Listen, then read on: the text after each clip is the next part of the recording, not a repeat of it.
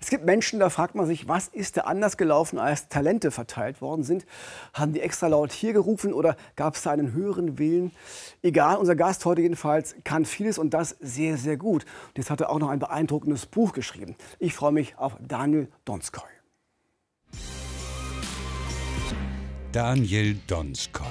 Erfolgreicher Schauspieler, Musiker und ewig Reisender. Geboren in Moskau, aufgewachsen in Berlin und Tel Aviv. Seine Kindheit und Jugend und sein rastloses Künstlerleben liefern Stoff für ein ganzes Buch. We are in London. Vor 13 Jahren entflieht er den Versuchungen des Berliner Nachtlebens und geht nach London, spielt Theater, dreht Filme und Serien in seinen 4 Muttersprachen. Mit seinem Latein ist er nicht so schnell am Ende. Alteri nostrum familiarissimi sumus obaetate prim. Das braucht er auch als Rechtsmediziner im Göttinger Tatort. Doch das ist nur eine Seite seiner Rolle. Was er anpackt, macht er mit Leidenschaft. Mit dem Grimme-Preis gekrönt ist er als Gastgeber und Moderator seiner Show Freitagnacht-Juice. Around the world. Daniel Donskoi. Vielseitig, kreativ und neugierig. Jetzt betritt er mal wieder unbekanntes Terrain. Mit seinem ersten Roman Brennen. Eine flammende Ode auf das Leben. Allen Krisen zum Trotz. Und da ist er. Willkommen, Daniel. Ich freue mich sehr, dass du da bist. Ich freue mich sehr, in Berlin zu sein. Es ist so schön. Ich bin so selten hier mit die Heimatstadt. Ach, ist so schön. Ich war gerade von meinen Großeltern Ja. Essen abholen bei Oma. Immer ganz, ganz wichtig. Ist meine erste Station in Berlin, immer da. Was gab's? Es gab heute es war gesund Kürbiscremesuppe. Ist ja auch der Herbst und ein kleines Salätchen. Noch ein Salätchen. Ein Salätchen, ja, genau. Okay. Nee, es ist immer so schön, ich komme an und dann wird man immer so freundlich angeschnauzt und dann geht mein Berliner Herz direkt in den Himmel auf. Und du Berlinerst auch gleich, oder? Ja, Sofort natürlich. Ja, hier darf man das ja. Ja, ich habe ja ein paar Mal versucht, ich höre jetzt auf, aber ich habe es mal versucht, in so Rollen einzubringen. Und wurde mir immer gesagt, mach das mal besser nicht, das kommt immer nicht so gut an. Dann sag ich so, warum denn nicht? Ich finde das total, also mir geht wirklich, ich höre das und Sächsisch, ich finde das geil. Ja, ich habe in Leipzig studiert. Aber ich Berliner auch gerne. Siehst du? Jeder, der mal ein Buch geschrieben hat, kennt diesen magischen Augenblick, wenn man das allererste Buch in den Händen hält. Wie war es bei dir? Ein unbeschreibliches Gefühl, weil ich glaube, noch keine Kunstform zuvor es mir ermöglicht hat, 2 Jahre wirklich durchgehend an etwas zu arbeiten und es dann zuzuschließen. Also die Geschichte, die du geschrieben hast, ist versiegelt quasi auf diesen 336 Seiten. Ja. Und das zum ersten Mal aufzuklappen war wunderschön. Ich habe einen Karton bekommen, ich war zu Hause in London, habe es aufgerissen und dann hältst du dieses Buch in der Hand über dieses, wo du so alles reinfließen lassen hast, an Emotionen, an Wut, an Trauer, an Liebe. Ja, ja. Und dann, das allererste, was ich gemacht habe, ich habe es aufgemacht und dran gerochen. Du hast diesen Geruch aus der Druckerei. Und dann aber im nächsten Augenblick direkt auch so ein bisschen Angst, weil dann sitzt du da und denkst dir, oh Gott, ab nächste Woche sitzen Menschen mit deinem Buch auf dem Sofa und lesen das. Und, große Freude natürlich darüber, aber auch so eine, also keine Sorge, aber natürlich, man macht sich anders, ich will nicht sagen verletzlich, aber ich habe mich, glaube ich, noch nie so oft offen... Du erzählst ganz viel von dir, ist autofiktional, also genau. Einiges ist erfunden, aber ganz viel von deiner Geschichte ist dabei. Auch, ja. Du schreibst in dem Buch Briefe an einen Freund, Tyler, der nie antwortet. Ja. Wie kamst du auf diese Idee, das in Briefform zu machen? Ich habe einen Kontrast gesucht zu unserer schnelllebigen digitalen Zeit und habe mich gefragt, was ist eine Kommunikationsform, die ich selber schon seit Jahren nicht mehr erlebt habe. Und in der Post sind manchmal Rechnungen vom Finanzamt oder sowas Schönes, so schöne bürokratische Sachen. Aber wann hat man das letzte Mal einen Brief bekommen? Und es liegt auf der einen Seite natürlich daran, dass wir das verlernt haben, Briefe zu schreiben, und auf der anderen, dass man sich gar nicht mehr die Zeit für Kommunikation nimmt. Und das Interessante ist, da der Protagonist wirklich nach seinem Freund sucht und ein Vakuum, also es war sein bester Freund, seine große Liebe, sein Ein und Alles, sein Bruder, und den hat er verloren. Was ist die ehrlichste Form, in der man es schafft, wirklich sich zu öffnen, ist im Brief. Und diese Briefe leiten uns quasi dann durch 12 Jahre und 5 Länder und leider auch 2 Kriegsgebiete. Ja. Genau. Brennen heißt das Buch. Es hat auch sehr viel Humor. Man kann lachen, man kann feiern. Am Ende habe ich ein bisschen geweint. Ich gebe es ehrlich zu. Ich musste schlucken. Das freut mich, aber es tut mir leid, aber es freut mich auch. Wir wollen das Ende nicht auflösen, aber das ist ja etwas, was du auch beabsichtigt hast beim Schreiben. Du hast wahrscheinlich auch an Emotionen gedacht, die dich betroffen haben, aber auch die beim Leser entstehen können. Ja. Und wir gucken mal ganz kurz rein ins Buch. So Brennen heißt es, warum es Brennen heißen könnte. Das Brennen könnte sein Motto sein. Mit 18 brennt Daniel Donskoi für das Berliner Nachtleben. Jahre später brennt seine Wohnung in Berlin-Mitte lichterloh. Ich stand hier in Adilette und Jogginganzug an einem Samstagmorgen, während es da oben loderte. Stoff für seinen Roman. Darin schreibt er auch über seine Theaterrolle als jüdischer Musiker im Holocaust. Mit dem Stück Der Pianist steht er in den USA auf der Bühne, während Israel den brutalen Angriff durch die Hamas erlebt. Es geht um viele Gefühlslagen in seinem Buch und auf seiner Lesereise. Und ich weiß, ich habe keine Zeit zu verlieren. Vielleicht brenne ich schon seit Jahren, vielleicht verglühe ich heute Nacht. Also brennen in ganz vielen Bedeutungen, Dinge, die sich eingebrannt haben, für die du gebrannt hast. Bleiben wir ganz konkret bei dem Brand in der Oranienburger Straße, den wir gerade gesehen haben. Deine Wohnung. Ist geklärt worden, was eine passiert ist, was der Anlass war? Nicht wirklich. Also wahrscheinlich hat sich wirklich altes Laub einfach entflammt. Also ein Schwelbrand wahrscheinlich. Aber natürlich war die Kripo war da, das LKA war da, weil ich hatte zuvor durch die Freitag-Nachtjuice, wenn man öffentlich über sein Judentum spricht oder generell über verschiedene Identitäten, kriegt man auch viel Hass. Und da gab es erstmal so eine Vermutung vielleicht auf einen Anschlag. Aber zum Glück wurde das entwertet. Und das Interessante für mich war, ich hatte am Abend zuvor die Zusage bekommen, zum ersten Mal in den USA Theater spielen zu dürfen. In diesem Stück Der Pianist. Ich habe ganz lange mit der Regisseurin Emily Mann, eine ganz, ganz tolle, mittlerweile 82-jährige Regisseurin aus den USA, gesprochen, warum es so wichtig ist, wieder über den Holocaust zu sprechen. Und ich wache am nächsten Morgen auf und meine Wohnung im Haus neben der Synagoge in Berlin brennt. Mehr Symbolik gibt es gar nicht. Mehr Symbolik gibt es nicht. Ich glaube an sowas eigentlich überhaupt nicht. Ich glaube nicht an Zeichen, aber irgendwas in dir verschiebt sich. Und ich hatte in meinem Leben einfach in den letzten Jahren immer wieder extreme Überschneidungen zwischen den tatsächlichen reellen Sachen, die passieren, auch wirklich leider geopolitische Konflikte, und der Kunstform, die ich gewählt habe, da das Schauspiel. Das ist mir zweimal passiert. Also am 7. Oktober stand ich in New York auf der Bühne, während Israel diesen Angriff der Hamas erlebte und ich es leider auch durch meine Freunde und durch die Nachrichten miterlebte und dann den Holocaust spielte und nicht mehr verstand, warum ich eigentlich gerade dieses Stück spiele, wenn das, was passiert, gerade auch so schlimm ist. Und als der russische Angriffskrieg begann, stand ich an diesem Tag an der russisch-ukrainischen Grenze und habe zum ersten Mal in meinem Leben Russland besucht, nachdem ich dort geboren wurde, und habe gesehen, wie die russischen Panzer quasi in die Ukraine rollen, in dem Land, in dem meine Mutter geboren wurde. Während ich versuche, Kunst zu machen schon wieder. Und diese Momente, von denen gab es irgendwann so viel. Und als ich mir angefangen habe, Gedanken darüber zu machen, was man in dieses Buch schreiben könnte, habe ich verstanden, dass ich ein großes Glück gehabt habe, dass ich Sachen erlebt habe. Dass du dabei warst auch, ne? Ja, also dass ich unbeschadet davongekommen bin, dass ich Brände überlebt habe, auch Kriege und so oft im Luftschutzbunker. Das Spannende an dem Buch ist, was ich toll finde, du nimmst einen mit auf diese Reise auch hinein, diese Momente auch, die dich bewegt haben, die am Ende auch die Welt bewegt haben, und findest trotzdem auch nach irgendeiner Form von Humor damit umzugehen. Das ist bei der Brandgeschichte Oranienburger Straße, da ist alles verbrannt, was du hattest. Ja. Du warst in der Wohnung, kamst zum Glück lebend raus, standen Jogginghosen davor. Und was passierte dann? Also der erste Satz, den ich hatte im Kopf war: Der nächste Umzug wird leicht. Ja. Das ist so quasi dieser die kleine Ironie und der kleine Zyniker. Und dann kam ein richtig geiler Berliner Feuerwehrmann und schrie über das ganze Gelände: Ey, Keule! Und ich drehe mich um und der hat wirklich meine blaue Fender-Gitarre in der Hand, die ich wirklich über alles liebe. Und er kommt mir so: Das ist ein gutes Ding. Ich spiele auch. Die willst du noch haben, wa? Und hat dann sich das Visier hochgemacht und ich war so: Alter, wie schön. Wie schön. Das war wirklich ein wunderschöner Moment und an den erinnere ich mich. Und es gibt natürlich die Chance, alles, was dir widerfährt, was unschön ist, kann man muss sich daran erinnern und muss auch verstehen, warum man Sachen erlebt und auch analysieren und so. Und es brennt sich alles in uns ein. Ja. Also all diese Momente brennen sich in unsere Seele, in unseren Körper. Aber man kann sich entscheiden, diese Momente eben nicht zu all dem werden zu lassen, was sie am Anfang zu sein scheinen. Also alles verloren, kann man sagen, bei einem Brand. Oder du sagst, ich reise ab jetzt mit leichtem Gepäck.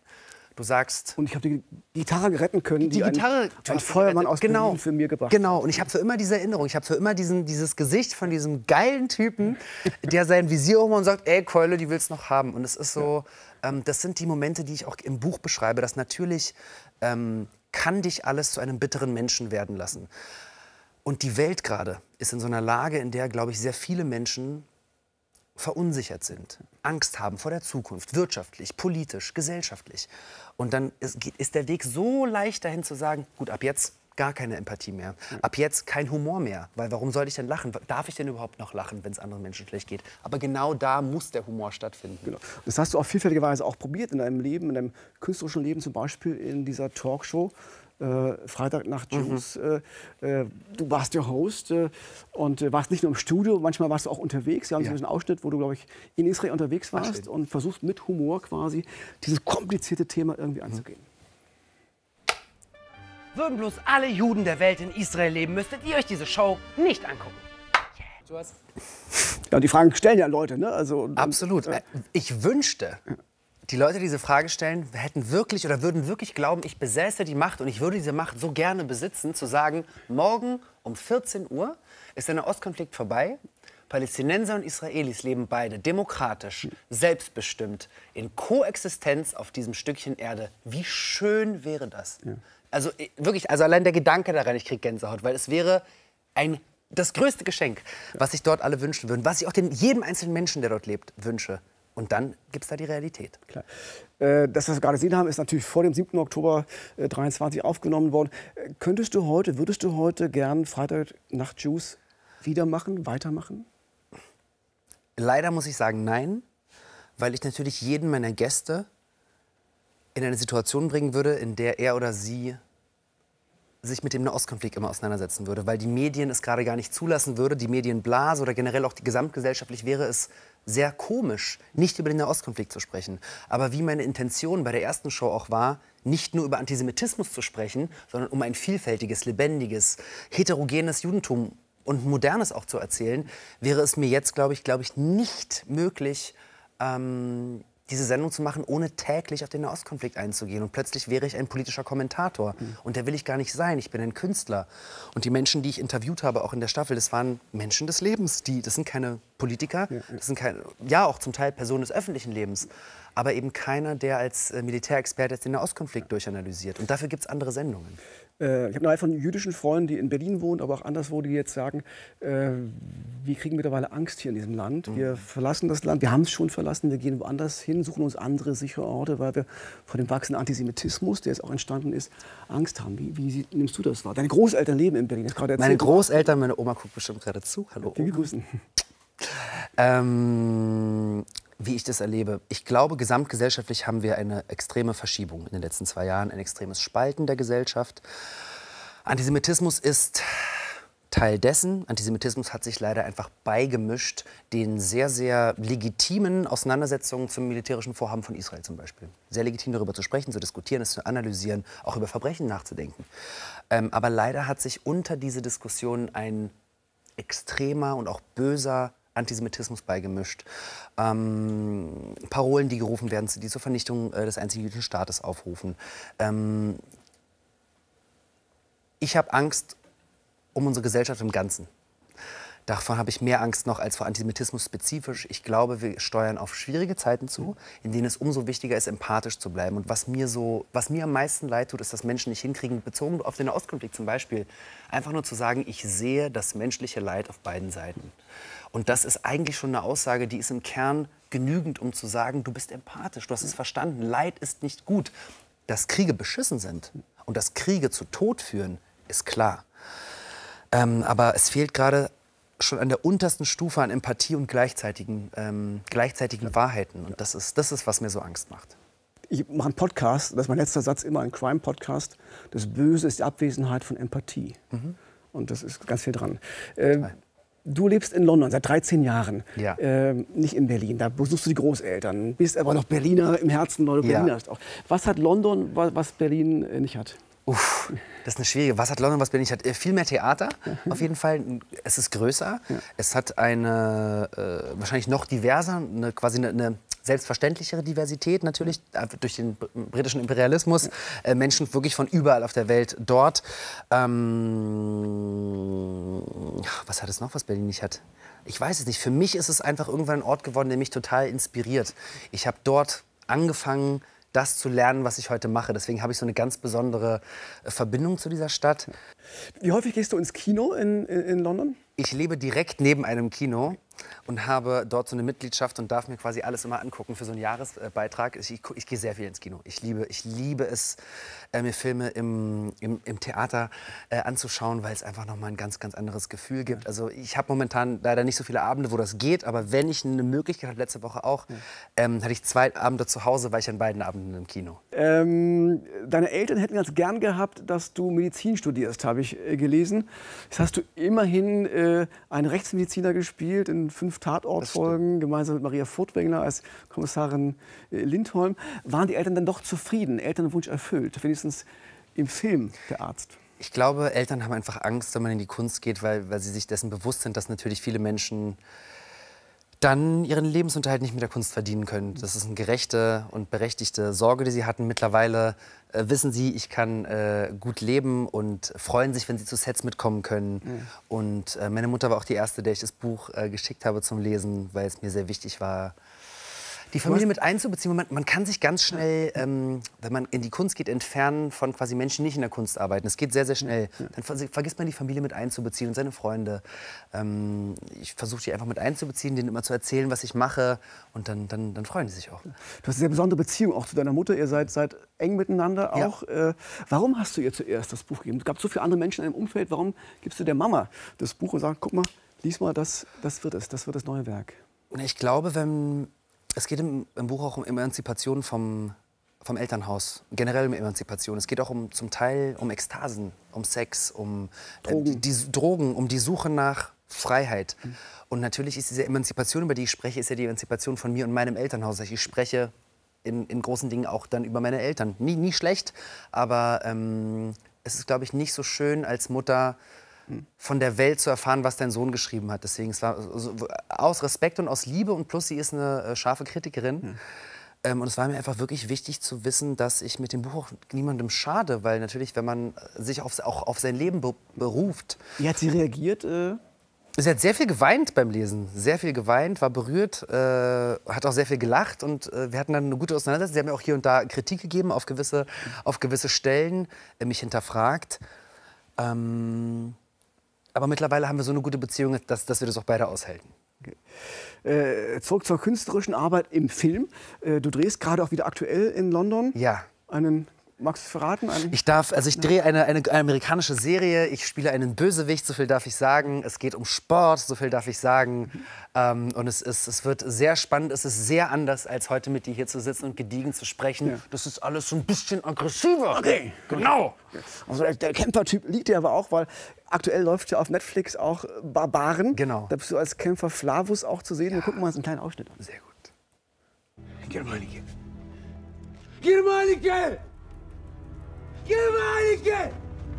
Germanike!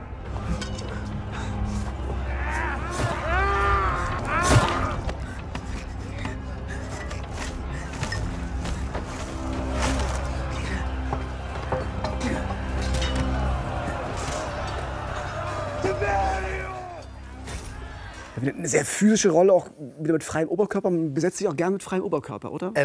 Ist schon vorgekommen. Soll vorgekommen sein.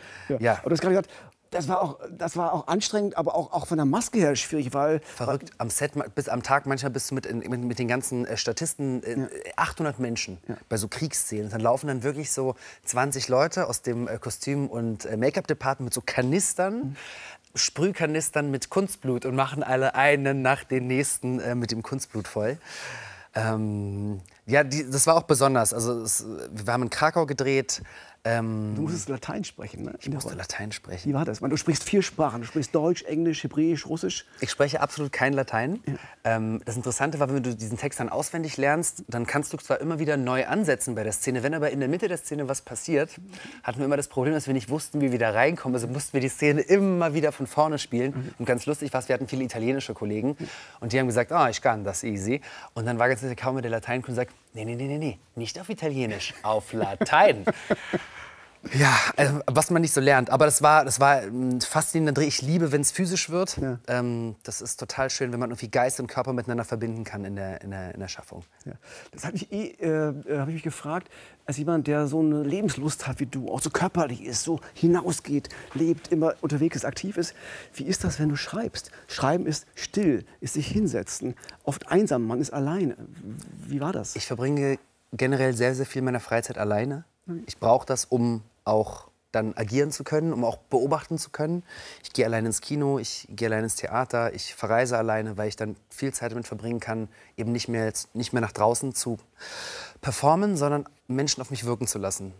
Und beim Schreiben war es wunderschön. Es war das erste Mal in meinem Leben, dass ich es geschafft habe, mich 10 Stunden am Tag zu konzentrieren. Ich hatte große Probleme in der Schule mit Konzentration, weil die Art und Weise, einfach hinsetzen und lernen für etwas, wofür du nicht brennst, konnte ich nicht. Und ich habe wirklich viel Hummeln im Arsch. Du hast auf Deutsch geschrieben, du hättest auch auf Englisch schreiben können. Die ganzen Sprachen sind mit eingeflossen. Das heißt, ich schreibe ja hier über 5 verschiedene Länder. Und jedes Mal, wenn ich über London zum Beispiel geschrieben habe, habe ich auf Englisch gedacht und auf Deutsch geschrieben. Und habe dann später festgestellt, dass die Grammatik ist falsch. Okay. Und musste dann aber trotzdem dieses englische Gefühl der Sprache, die so fein ist und so viel mit kleinen Intonationen arbeitet, ins Deutsche zu übersetzen. Ähnlich auf Hebräisch. Sehr staccato, sehr kurz. Und wenn man dann merkt beim Lesen, das Kapitel, was in Israel beginnt, ist in ganz kurzen Sätzen. Weil der Einfluss ist eigentlich aus dem Hebräischen. Also habe ich versucht, meine ganzen Spracheinflüsse in das Deutsche irgendwie mit einzubeziehen. Faszinierend. Wir kommen noch zu einer weiteren Facette deiner Kunst. Du bist nämlich auch Sänger und Musiker. Aktuell ist deine Single Bang draußen. Ja. Auf Englisch. Yes. Und wir gucken mal ganz kurz rein.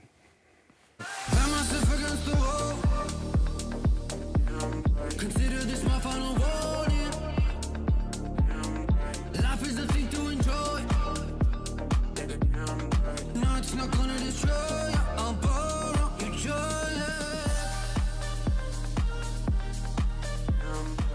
Und gleich bist du dabei. Da erleben wir den Partymenschen. Ich habe direkt erstmal, wir hatten 0 Geld, kein Budget und mein sehr guter Freund Finn Freund aus Hamburg ist nach London geflogen mit seiner Kamera und wir haben uns einfach bei so einer App so ein Cabrio geliehen. Ich habe 4 Freunde gebeten und dann sind wir wirklich den ganzen Tag einfach mit dieser Kamera in diesem Cabrio.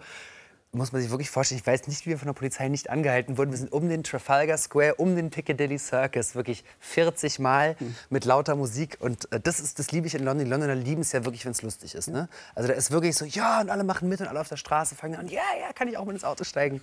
War das deine Hommage so auch an die Berliner Partyzeit, die du hier erlebt hast? Oder? Absolut. Ja? Der Text ist ja Bang myself against the wall. Also ich werde, egal was ist, ich werde immer mit dem Kopf gegen die Tür. Ich will, dass es weitergeht. Und Berlin war für mich wirklich das Größte fürs Emanzipieren. Irgendwie. Es klingt immer so blöd, dass man sich, dann sagen die Leute, oh, Techno, alles ist schrecklich. Nein, das war für mich eine der wunderschönsten Phasen. Ich durfte in den coolsten Berliner Läden an der Theke arbeiten. Ich habe früher im Tacheles gearbeitet, an der Theke unten im Studio 54. Weine jedes Mal, wenn ich heute über die Oranienburger Straße gehe, über die Monstrosität, die dort erbaut wurde. Ja. Und in diesem Techno, da liegt sehr viel Freiheit. Wenn man sich auch die geschichtlichen Hintergründe von Techno, Detroit, das ist eine geile Bewegung, in der man, ich habe sehr viel Freiheit in ihr empfunden und bin auch ein bisschen erwachsen geworden dadurch. Ja, eine Hommage daran auf jeden Fall. Ich liebe es bis heute, also ich gehe immer noch feiern. Wahnsinn. So, und jetzt feierst du dein Buch, bist auf Lesereise, bist nächste Woche Mittwoch im Kolosseum in Berlin, Prenzlauer Berg. Schon lange ausverkauft? Nein, es ist der letzte Ort, wo es noch ein paar Tickets gibt. Achso, ich habe gerade heute gelesen. Also oder vielleicht ist es jetzt auch schon ausverkauft. Ich hab also Dortmund, alles ist ausverkauft. Berlin gab es vorhin noch ein paar. Okay, also vielleicht Abendkasse, probieren noch mal. Yes. Ganz kurz, was erwarten die Leute dort? Lesung und Musik? Lesung und Musik. Ich versuche, auf die Kapitel so einzustimmen, dass ich immer Songs aus dem jeweiligen Land die Leute mitnehme. Quasi, wenn es um Russland geht, singe ich auf Russisch und gehe danach in den Teil über Russland. Wenn es um Israel geht, auf Hebräisch, auf Englisch und ein paar eigengeschriebene auch. Ich danke sehr für den Besuch. Vielen, vielen lieben Dank. Daniel, alles Gute. Ich weiß, du schreibst weiter fürs neue Buch auch. Dankeschön. Und spätestens dann kommst du wieder. Vielen lieben Dank. Danke. Danke für die Einladung.